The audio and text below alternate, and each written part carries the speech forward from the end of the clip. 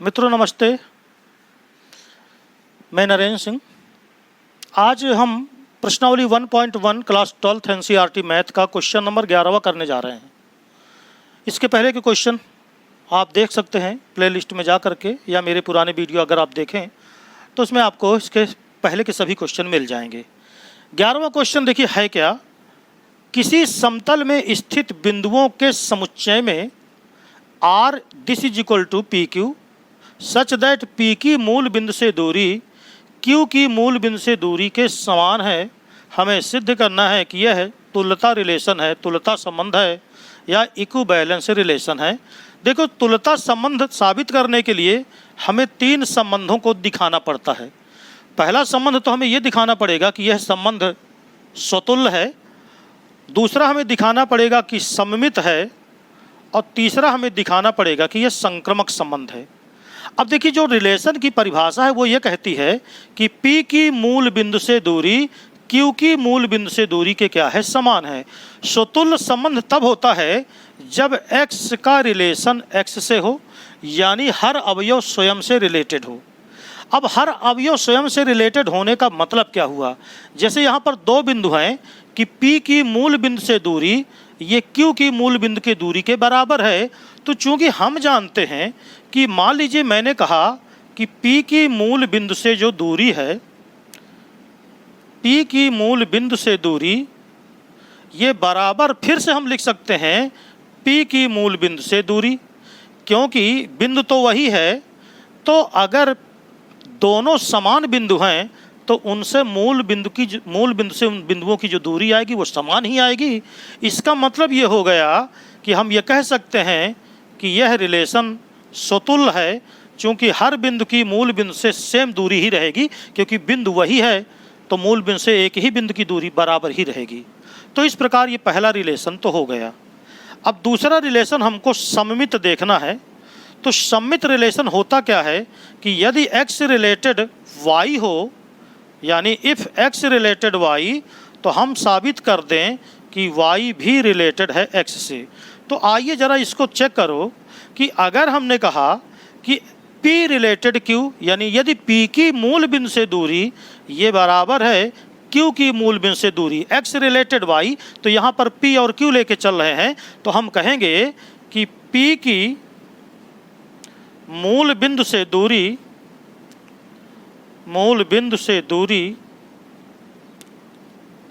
अगर ये बराबर है Q की मूल बिंदु से दूरी, है ना।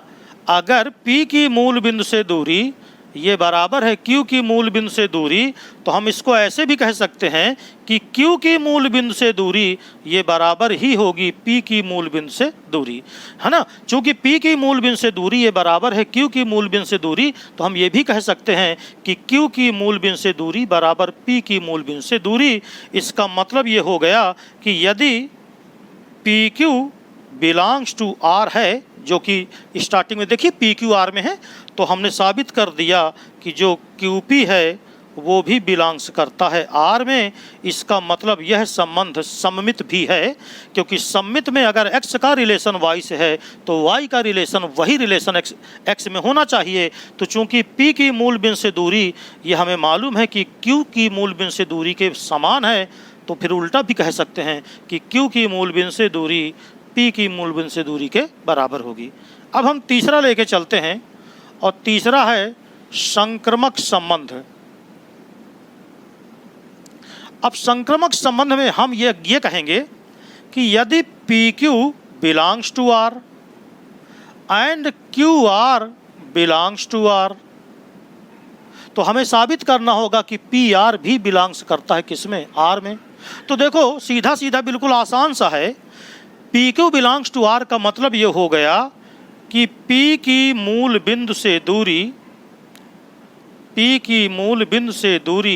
ये बराबर है Q की मूल बिंदु से दूरी। जो P की मूल बिंदु से दूरी है वो बराबर है Q की मूल बिंदु से दूरी, तथा साथ में QR बिलोंग्स टू R का मतलब हो गया कि Q की मूल बिंदु से दूरी ये बराबर है R की मूल बिंदु से दूरी। तो देखिए, P की मूल बिंदु से दूरी ये बराबर है Q की मूल बिंदु से दूरी, और Q की मूल बिंदु से दूरी ये बराबर है R की मूल बिंदु से दूरी। यानी आप इसको शॉर्टकट में ऐसे पढ़ें कि P बराबर है Q और Q बराबर है R, तो हम 100% कह सकते हैं कि P भी बराबर होगा किसके, R के। अर्थात हम कह सकते हैं कि P की दूरी, अब ये दूरी को मैंने शॉर्टकट में लिखा है, P की मूल बिंदु से दूरी ये बराबर होगा R की मूल बिंदु से दूरी। अर्थात हम कह सकते हैं कि PR भी बिलोंग्स किया किसमें, R में। तो याद रखो, PQ बिलोंग्स कर रहा है R में, QR बिलोंग्स कर रहा है R में, तो PR भी बिलोंग्स करेगा R में। अर्थात यह संबंध संक्रमक भी है। तो संबंध तीनों आ गए, स्वतुल्य भी है, सममित भी है, संक्रमक भी है। अगर तीनों संबंध किसी रिलेशन में हो जाएं तो उसको कहते हैं तुल्यता संबंध। इसका मतलब यह संबंध तुल्यता संबंध है। तो बहुत ही आसान क्वेश्चन नंबर ये हो गया 11वां। क्वेश्चन नंबर 12 देखते हैं। 12 में क्या कह रहा है कि जो एक सेट है A समस्त त्रिभुजों का वो समुच्चय है, और उसमें एक रिलेशन दिया है T1 T2 में, सच दैट T1 T2 के समरूप है। देखिए, एक समुच्चय है A, उसमें सभी समस्त त्रिभुज आ रहे हैं। जो रिलेशन दिया गया है उसमें वो समरूपता का दिया गया है, यानी T1 T2 आपस में समरूप हैं। तो बताना है कि क्या ये सिद्ध करो कि ये तुल्यता रिलेशन है। इसके बाद कहा है कि भुजाओं 3, 4, 5 वाला समकोण त्रिभुज है T1, भुजाओं 5, 12, 13 वाला समकोण त्रिभुज है T2, और 6, 8, 10 भुजाओं वाला एक समकोण त्रिभुज है T3। कहता है इन पर विचार करके बताओ कि कौन से त्रिभुज परस्पर रिलेटेड हैं, संबंधित हैं। तो चलिए इसकी तो बात बाद में। सबसे पहले पहला नंबर हमको देखना है स्वतुल्य संबंध के लिए। अब देखिए, स्वतुल्य संबंध होता क्या है कि प्रत्येक अवयव स्वयं से रिलेटेड हो। तो चूंकि हम जानते हैं कि प्रत्येक त्रिभुज स्वयं के समरूप होता है, इसमें कोई शंका नहीं है कि हर त्रिभुज स्वयं के समरूप होता है। इसका मतलब ये हो गया कि जो T1 है वो खुद T1 से रिलेटेड हो जाएगा। अर्थात हम ये कह सकते हैं कि T1 ये भी बिलोंग्स करेगा R में। और अगर T1 यानी वही अवयव खुद से रिलेटेड हो जाता है तो हम कहते हैं कि यह संबंध स्वतुल्य है। तो इसका मतलब यह संबंध स्वतुल्य हो गया क्योंकि प्रत्येक त्रिभुज स्वयं के समरूप होगा। दूसरा, हम सममित के लिए चेक करेंगे। तो आइए सममित के लिए देखते हैं। सममित में हम जानते हैं कि चूंकि यदि हमने कहा कि T1 समरूप है T2 के, तो हम ये कह सकते हैं कि T2 भी समरूप होगा किसके, T1 के। यदि एक त्रिभुज दूसरे के समरूप है तो दूसरा अवश्य पहले के क्या होगा, समरूप होगा। इसका मतलब हम ये कह सकते हैं कि इफ T1 T2 ये बिलोंग्स करता है R में, तो इससे साबित हो गया कि T2 T1 भी बिलोंग्स करेगा R में। यानी T1 रिलेटेड है T2 से, तो T2 भी रिलेटेड हो गया T1 से, क्योंकि पहला त्रिभुज यदि दूसरे के समरूप है तो दूसरा भी पहले के क्या होगा, समरूप होगा। इसलिए यह संबंध सममित है। तो दूसरा भी सिद्ध हो गया। अब तीसरा हमको देखना है संक्रमक संबंध के लिए। तो संक्रमक के लिए हम ये कहें कि यदि T1 एक त्रिभुज है जो समरूप है T2 के, तथा जो T2 है वो समरूप है T3 के। देखिए, पहला त्रिभुज दूसरे के समरूप है और दूसरा तीसरे के समरूप है। तो यदि कोई एक त्रिभुज दूसरे के समरूप होता है और दूसरा तीसरे के समरूप होता है, इसका मतलब पहला भी तीसरे के क्या होगा, समरूप होगा। राइट। तो यदि x रिलेटेड y और y रिलेटेड z, तो x रिलेटेड z। तो यहाँ पर T1 related T2, T2 related T3, तो हमने दिखाया कि T3 भी रिलेटेड हो गया, T1 भी रिलेटेड हो गया T3 के। अर्थात हम ये कह सकते हैं कि यह संबंध संक्रमक संबंध है। आप हिंदी में भी इसको लिख सकते हैं कि चूंकि पहला त्रिभुज दूसरे के समरूप है और दूसरा तीसरे के समरूप है, तो पहला भी तीसरे त्रिभुज के समरूप होगा। इस प्रकार तीनों संबंध जब साबित हो गए तो हम ये कह सकते हैं कि यह संबंध तुल्यता संबंध है। अब जो नीचे लिखा हुआ है कि तीन समकोण त्रिभुज दिए हैं, तीनों की भुजाएं दिया है 3, 4, 5 और यहाँ दिया है 5, 12, 13 और 6, 8, 10। तो इनमें रिलेशन तब होगा जब ये आपस में समरूप होंगे। दो त्रिभुज समरूप तब होते हैं जब उनकी संगत भुजाओं में अनुपात बराबर हो। तो जरा T1 की भुजाएं देखिए। जो T1 की भुजाएं हैं वो हैं 3, 4, 5। जो T2 की साइड्स भुजाएं दी हैं वो 5, 12 और 13 दिया है और T3 की जो भुजाएं दिया है वो 6, 8, 10 दिया है। तो अगर हम इनमें रेशियो निकालें तो 3/5 बराबर 4/12 बराबर 5/13। ये कभी भी रेशियो बराबर नहीं होंगे। लेकिन अगर T1 और T3 में देखो तो 3/6, ये 4/8 और ये 5/10। 3/6 का मतलब 1/2, 4/8 का मतलब 1/2 और 5/10 का मतलब 1/2। यानी T1 त्रिभुज की भुजाओं और T3 त्रिभुज की भुजाओं में अनुपात बराबर है। इसका मतलब ये हो गया कि T1 समरूप हो गया किसके? T3 के, अर्थात T1 T3 से संबंधित है। यही इसका क्या हो गया? आंसर। तो ये क्वेश्चन नंबर हो गया 12वां। और अब हम देखते हैं क्वेश्चन नंबर इसका 13वां क्या है। देखिए क्वेश्चन नंबर 13 लगाने की ज़रूरत नहीं है, इसको आप स्वयं लगा सकते हैं। क्वेश्चन क्या है? एक समुच्चय है जिसमें समस्त बहुभुज हैं, उनमें रिलेशन है P1 और P2, यानी P1 एक बहुभुज है, P2 भी एक बहुभुज है। P1 तथा P2 की भुजाओं की संख्या समान है। तो बताओ कि क्या ये तुल्यता संबंध है, या सिद्ध करो कि तुल्यता संबंध है। तो देखो इधर, जब तुम स्वतुल्य संबंध सिद्ध करोगे तो आप कहोगे P1 बिलोंग्स टू R। अब देखो इस तरह लिखोगे तुम, P1 बिलोंग्स टू R। मतलब क्या ये सही है? प्रत्येक बहुभुज में P1 P2 की भुजाओं की संख्या समान है, तो P1 में भी भुजाओं की संख्या क्या होगी? समान होगी। अरे वही बहुभुज है, एक ही बहुभुज लेना है तो उसमें भुजाओं की संख्या क्या होगी? समान होगी। तो इस प्रकार ये स्वतुल्य हो जाएगा। फिर आपने कहा सममित के लिए, तो P1 में भुजाओं की संख्या बराबर P2 में भुजाओं की संख्या, तो P2 में भी भुजाओं की संख्या बराबर ही होगी P1 में भुजाओं की संख्या, है ना। तो ये सममित भी हो जाएगा।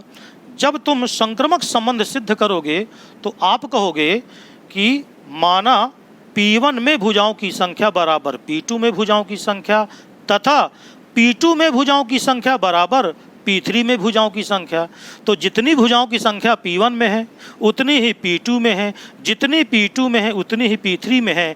इसका मतलब ये हो गया कि P1 में भुजाओं की संख्या बराबर P3 में भुजाओं की संख्या के क्या होगी? बराबर होगी। तो ये क्वेश्चन आप स्वयं कर सकते हैं, लिखना सीखें और लिख करके देखें कर पाते हैं कि नहीं। तो अगला क्वेश्चन देखते हैं। जो क्वेश्चन नंबर 14 है इसका देखिए। एक समुच्चय L दिया गया है और L है XY तल में समस्त भुजाओं का समुच्चय। इस L में एक रिलेशन है R, ये बराबर है L1 L2 such that L1 समांतर है L2 के। तो सिद्ध करो कि ये तुल्यता संबंध है और y बराबर 2x + 4 से संबंधित समस्त रेखाओं का समुच्चय बताइए क्या होगा। पहला नंबर मैंने आपसे पहले ही बताया था कि स्वतुल्य के लिए, स्वतुल्य का मतलब x रिलेटेड x यानी L1 रिलेटेड L2 होना चाहिए, L1 रिलेटेड L1 होना चाहिए। तो चूंकि प्रत्येक रेखा या प्रत्येक भुजा स्वयं के समांतर होती है, हम जानते हैं कि प्रत्येक रेखा स्वयं के समांतर होती है, यानी हम कह सकते हैं L1 समांतर होगी L2 के, और L1 खुद समांतर होगी L1 के। तो अगर L1 और L1 ये दोनों समांतर होंगी तो मतलब L1 रिलेटेड L1 आ जाएगा। यानी हम कह सकते हैं कि L1 ये रिलेशन में होगा। इसका मतलब यह संबंध स्वतुल्य है। अगर आप हिंदी में लिखना चाहें तो एक लाइन, हम जानते हैं कि प्रत्येक रेखा स्वयं के समांतर होती है।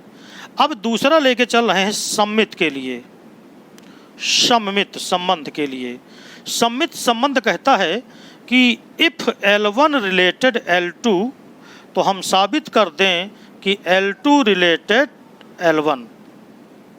तो अब सुनो जरा ध्यान से, यदि हमने कहा कि L1 समांतर है L2 के, यानी एक रेखा है L1 और दूसरी है L2, और L1 समांतर है L2 के, तो फिर हम ये भी कह सकते हैं कि L2 भी समांतर होगी L1 के, क्योंकि अगर एक रेखा दूसरी के समांतर है तो दूसरी भी पहले के क्या होती है, समांतर होती है।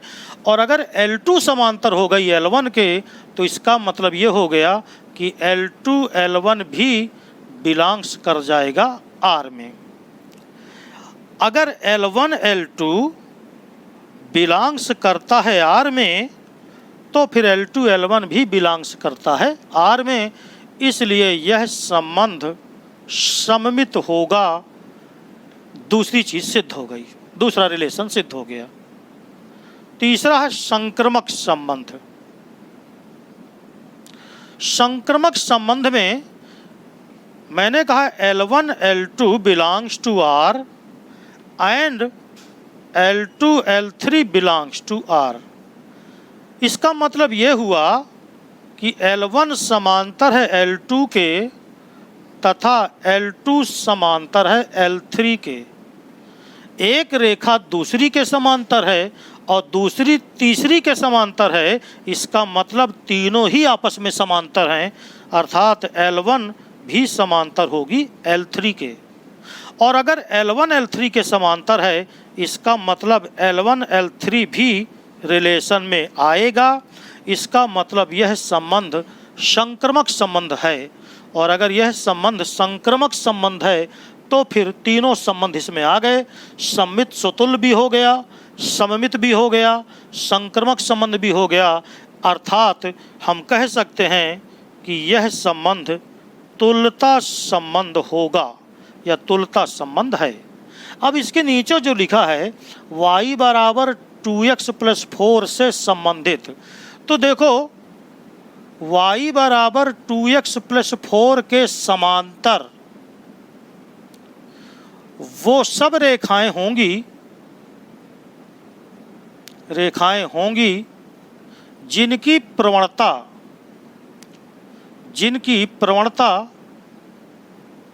m बराबर 2 होगी।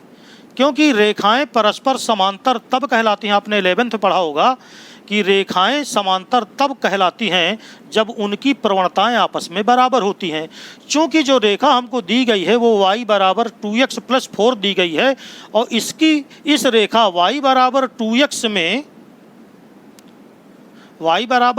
+ 4 में जो m है वो कितना दिया गया है, 2, क्योंकि y बराबर mx + c ये रेखा का प्रवणता रूप होता है। तो अगर तुलना करें तो m यहाँ पर 2 है, इसका मतलब जो समस्त रेखाएं होंगी वो क्या होंगी, y बराबर 2x प्लस यहाँ c लिखो चाहे जो लिखो, क्योंकि हमें ध्यान रखना है कि रेखाओं की प्रवणताएं बराबर होंगी, तभी वो रेखाएं क्या होंगी, समांतर होंगी। ये क्वेश्चन नंबर 14 हो गया। 15 नंबर का क्वेश्चन आप स्वयं से करिए, ना तो कमेंट में लिख करके बताइए, मैं आपको उस क्वेश्चन को जरूर करवा दूंगा। तो इस प्रकार ये प्रश्नावली 1.1 जो रिलेशन से संबंधित थी एनसीईआरटी की, वो प्रश्नावली हो गई समाप्त। अब हम आगे इसका फंक्शन शुरू करने जा रहे हैं क्लास 12 का। तब तक नमस्कार।